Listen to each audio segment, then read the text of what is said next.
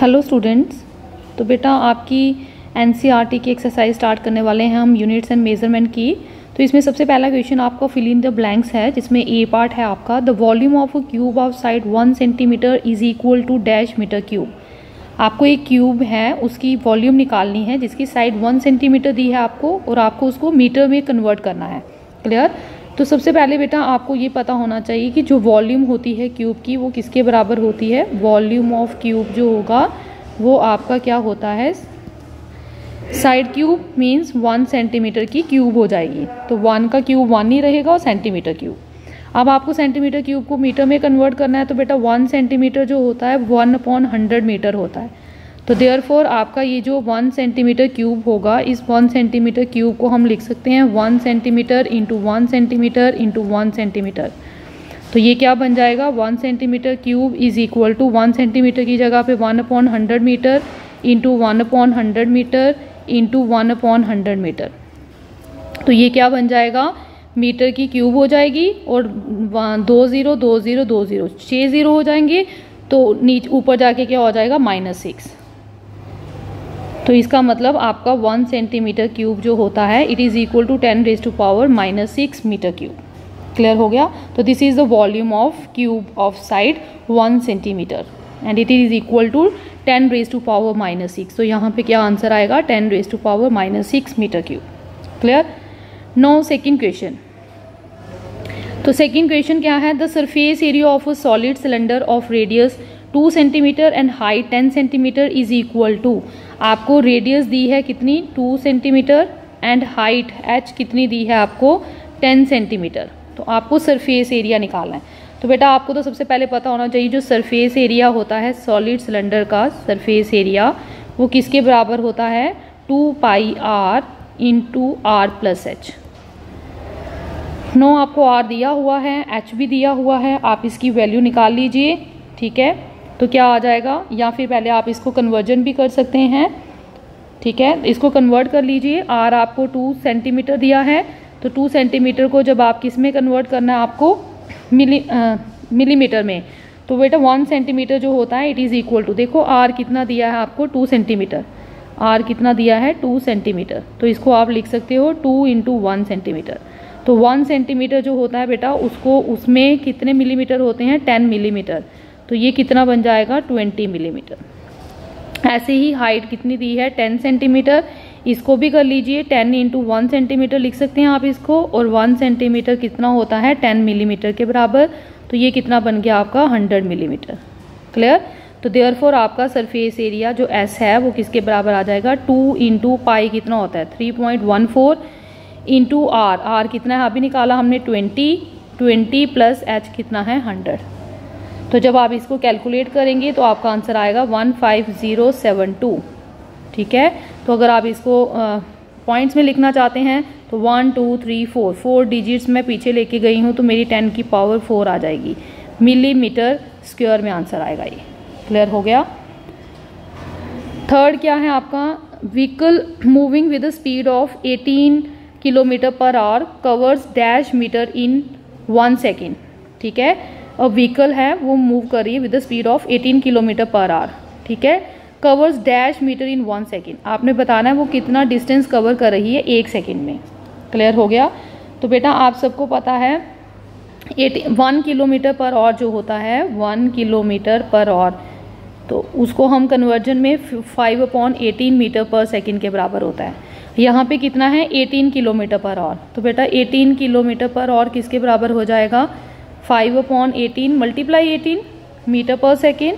तो ये कितना बन जाएगा, 18 कैंसिल, 5 मीटर पर सेकेंड। तो इसका मतलब वो डिस्टेंस कितना, अब डिस्टेंस किसके बराबर होता है, सबको पता है, distance is equal to speed into time. Distance किसके बराबर होता है, स्पीड इंटू टाइम। ठीक है, स्पीड कितनी आ गई, 5 मीटर पर सेकेंड, इंटू टाइम कितना है, उन्होंने बोला 1 सेकेंड। तो 1 सेकेंड तो कितना आ जाएगा ये, 5 मीटर पर। क्लियर हो गया? क्या आ जाएगा, 5 मीटर। तो व्हीकल जो है कितना डिस्टेंस कवर करेगी, 5 मीटर कवर करेगी इन 1 सेकेंड में। क्लियर हो गया? डी पार्ट क्या है आपका, relative velocity of lead is 11.3 its density is dash gram per centimetre cube और dash KG per metre cube. आपको रिलेटिव डेंसिटी दी है लेड की, आपने इसकी डेंसिटी निकालनी है gram centimetre per centimetre cube में और केजी पर मीटर क्यूब में। क्लियर हो गया। तो बेटा रिलेटिव डेंसिटी जो होती है डी पार्ट निकालेंगे अब हम। तो जो रिलेटिव डेंसिटी होती है वो क्या होती है, सबको पता है आपको। रिलेटिव डेंसिटी जो होती है it is equal to density of substance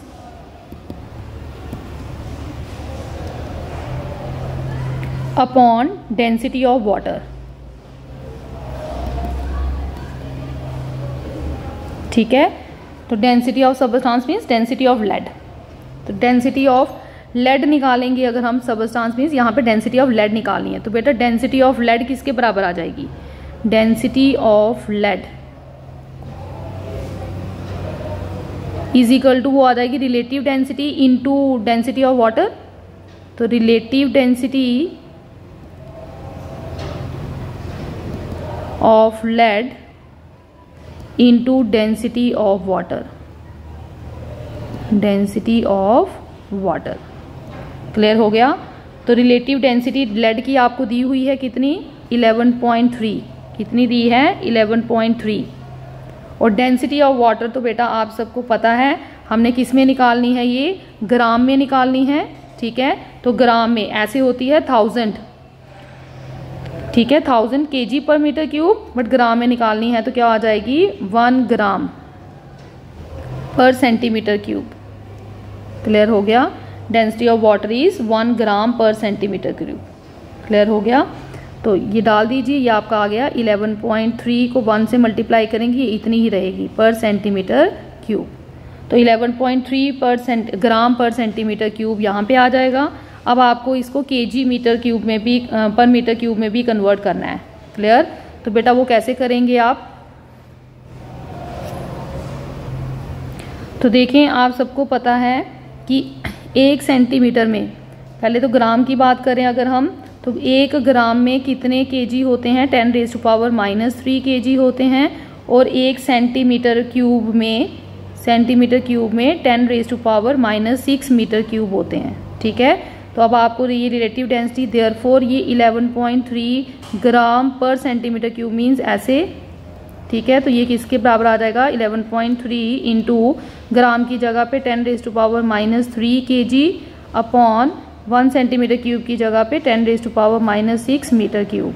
जब आप इसको कैलकुलेट करेंगे तो -6 ऊपर जाके +6 हो जाएगा। तो 6 में से 3 निकालेंगे तो 3 बचेंगे, तो बन जाएगा 11.3 into 10⁻³ kg per metre cube. तो बेटा क्या आंसर आ जाएगा आपका 11.3 into 10⁻³ kg per metre cube. तो this is the density of lead. तो ये ग्राम में भी निकल गई 11.3 ग्राम पर सेंटीमीटर क्यूब और 11.3 into 10⁻³ kg per metre cube. ठीक है, तो this is your first question. तो बेटा सेकंड क्वेश्चन क्या है आपका, फिर से 1.2 एक्सरसाइज। फर्स्ट क्या है 1.2 question, fill in the blanks by suitable conversion of units. आपको दोबारा इसको कन्वर्ट करना है। जैसे कि फर्स्ट क्या है 1 kg metre square per second square को you have to convert it into, किस में कन्वर्ट करना है आपको इसको, gram centimetre square per second square में कन्वर्ट करना है। ठीक है, तो बेटा केजी जो है, केजी में 1 kg में कितने होते हैं 10⁻³ ग्राम होते हैं।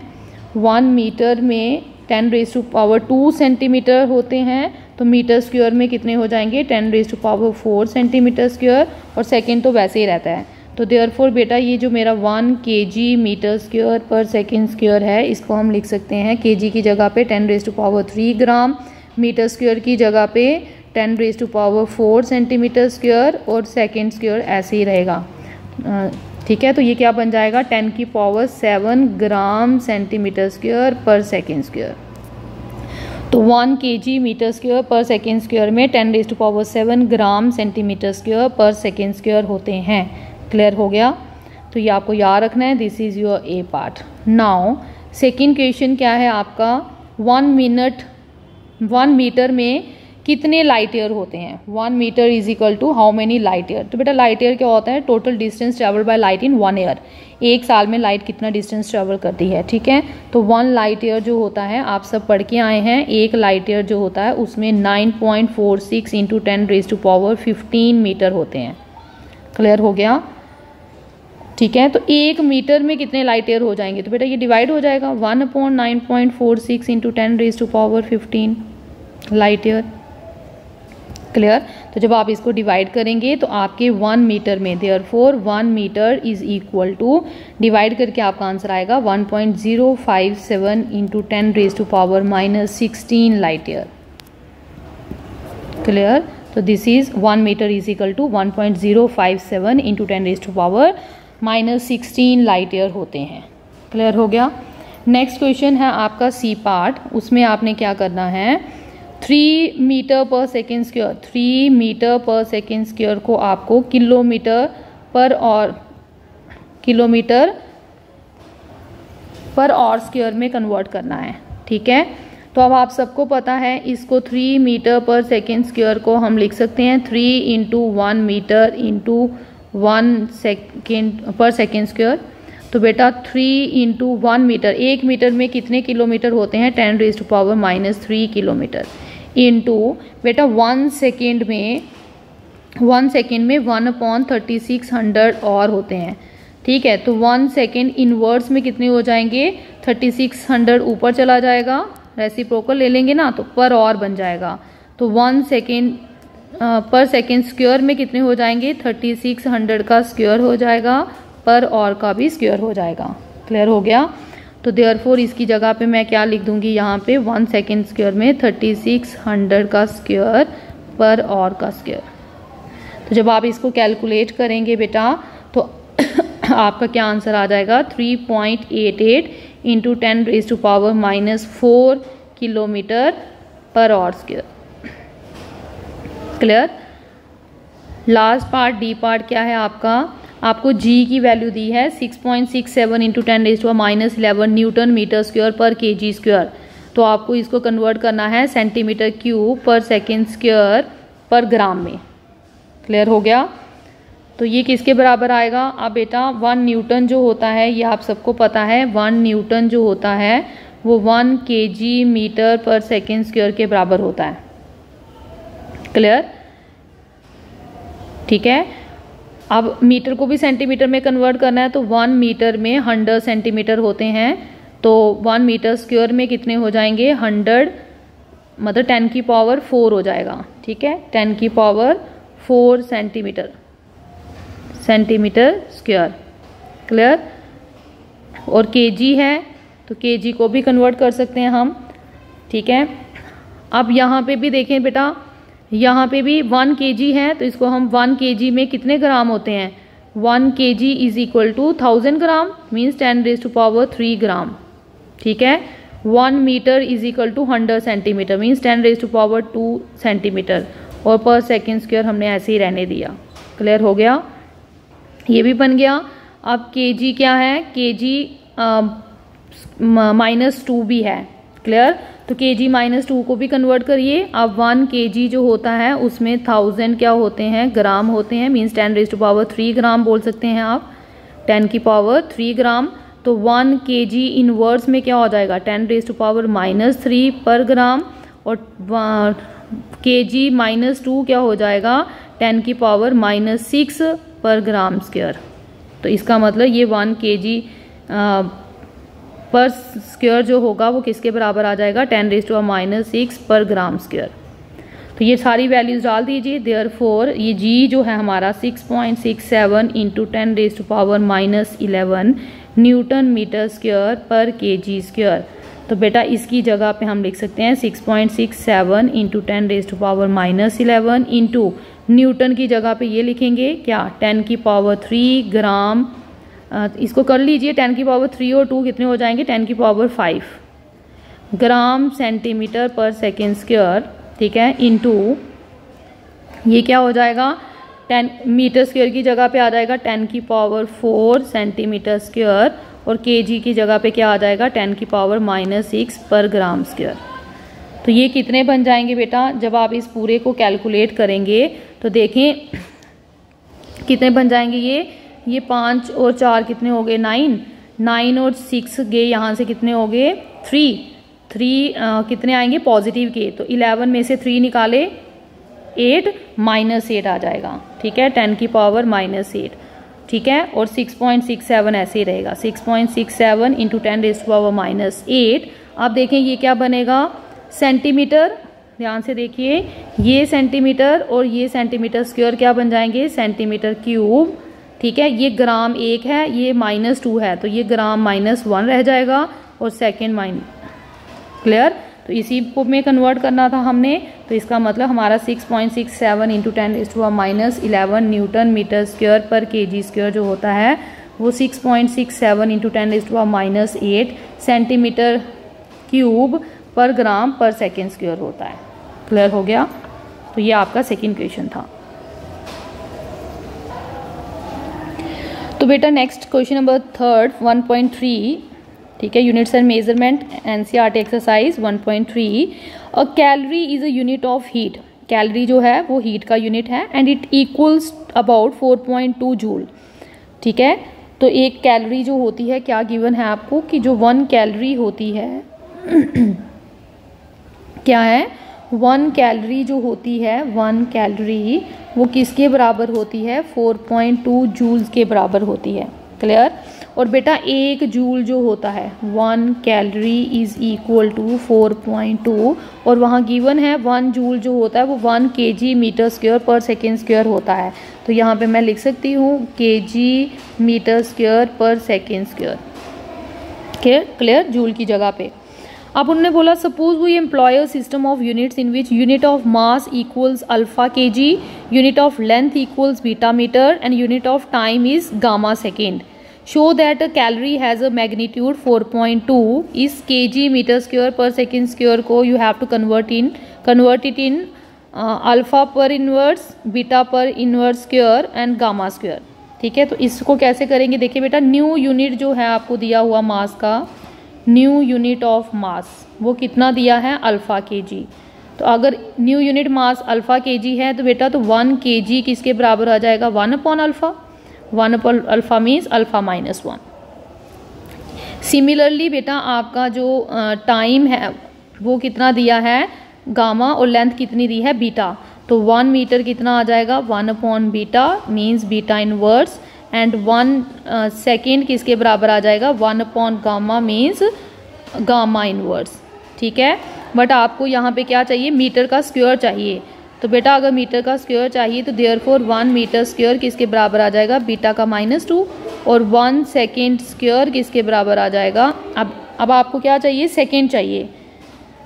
ठीक है, सेकेंड स्क्वायर ले लीजिए पहले। सेकेंड स्क्वायर किसके बराबर आ जाएगा, गामा की पावर -2, बट आपको बेटा सेकेंड का इन्वर्स का स्क्वायर चाहिए। तो जब आप इसको रेसिप्रोकल करेंगे तो गामा स्क्वायर पॉजिटिव हो जाएगा। क्लियर हो गया। तो देयरफॉर 1 कैलोरी जो होगी बेटा, therefore 1 calorie is equal to 4.2 साथ में रहेगा। अब kg की जगह पे हम क्या लिख देंगे, अल्फा -1, मीटर स्क्वायर की जगह पे लिख देंगे बीटा -2, और सेकेंड इन्वर्स स्क्वायर की जगह पे लिख देंगे गामा स्क्वायर। तो इसका मतलब 1 कैलोरी जो होती है वो 4.2 पर अल्फा, बीटा पर स्क्वायर और गामा स्क्वायर के बराबर होती है। क्लियर हो गया। तो ये हमने प्रूव कर दिया। This is question number 3। Now next question क्या है बेटा आपका 1.4, एक्सप्लेन दिस स्टेटमेंट क्लियरली। आपको इस स्टेटमेंट को क्लियरली एक्सप्लेन करना है। To call a dimensional quantity large और small is meaningless without specifying a standard for comparison. In view of this reframe the following statements wherever necessary. उन्होंने बोला कि जो, तो बेटा उन्होंने क्या बोला कि क्या ये सही है डायमेंशनल क्वांटिटी को लार्ज और स्मॉल बोलना। उन्होंने बोला इज मीनिंगलेस, ये मीनिंगलेस है। क्या ये स्टेटमेंट जो उन्होंने बोली वो सही है, yes. The given statement is true. क्यों ट्रू है ये स्टेटमेंट क्या है आपकी, ट्रू है। क्यों ट्रू है, क्योंकि डायमेंशनल क्वांटिटी को लार्ज और स्मॉल बोलना मीनिंगलेस है, बट हम डायमेंशन लेस क्वांटिटी में बी लार्ज और small in comparison to some standard reference. Clear. Dimensionless quantity जो है वो स्मॉल और लार्ज हो सकती है बट डायमेंशनल क्वांटिटी को लार्ज और स्मॉल बोलना ये मीनिंगलेस है। For example coefficient of friction जो होता है बेटा, आप सबने पढ़ा है कोफिशिएंट ऑफ फ्रिक्शन म्यू, वो क्या होता है आपका, डायमेंशनलेस होता है। क्या होता है, डायमेंशनलेस। तो कोफिशिएंट ऑफ, इसलिए हम बोलते हैं coefficient of sliding friction is greater than the coefficient of rolling friction but less than static friction. तो मीन्स कोफिशिएंट ऑफ फ्रिक्शन एक डायमेंशनलेस है तो उसको हम ग्रेटर या स्मॉलर बोल सकते हैं। तो कोफिशिएंट ऑफ स्लाइडिंग फ्रिक्शन जो होता है it is greater than, coefficient of sliding friction is greater than coefficient of rolling friction but less than किससे, स्टैटिक फ्रिक्शन। ठीक है, ये स्लाइडिंग है। तो इसका मतलब डायमेंशनलेस क्वांटिटी को हम लार्ज और स्मॉल बोल सकते हैं with reference to some standard reference, but dimensional quantity को लार्ज और स्मॉल बोलना इज मीनिंगलेस। तो दिस स्टेटमेंट इज ट्रू। अब उन्होंने बोला ये जो सारी इन्होंने स्टेटमेंट दी है इनको रीफ्रेम करिए वेयर एवर नेसेसरी। तो सबसे पहला है एटम्स और वेरी स्मॉल ऑब्जेक्ट्स। तो हम इसको बोल सकते हैं an atom is a very small object in comparison to a soccer ball. एक सॉकर बॉल के कंपैरिजन में एटम जो होता है it is very small object. ठीक है, ऐसे बोल देना atoms are very small objects, उससे हम this is better, an atom is a very small object in comparison to a soccer ball. Clear. Second क्या है, a jet plane moves with a great speed. हम ऐसे लिख सकते हैं इसको, a jet plane moves with a speed greater than that of a bicycle. Jet plane जो है वो ग्रेटर स्पीड से मूव करता है बाइसिकल से। क्लियर। तो हम इसको लिख सकते हैं, a jet plane moves with a speed greater than that of a bicycle. Third one is the mass of Jupiter is very large. तो बेटा हम बोल सकते हैं mass of Jupiter is very large as compare to the mass of a cricket ball.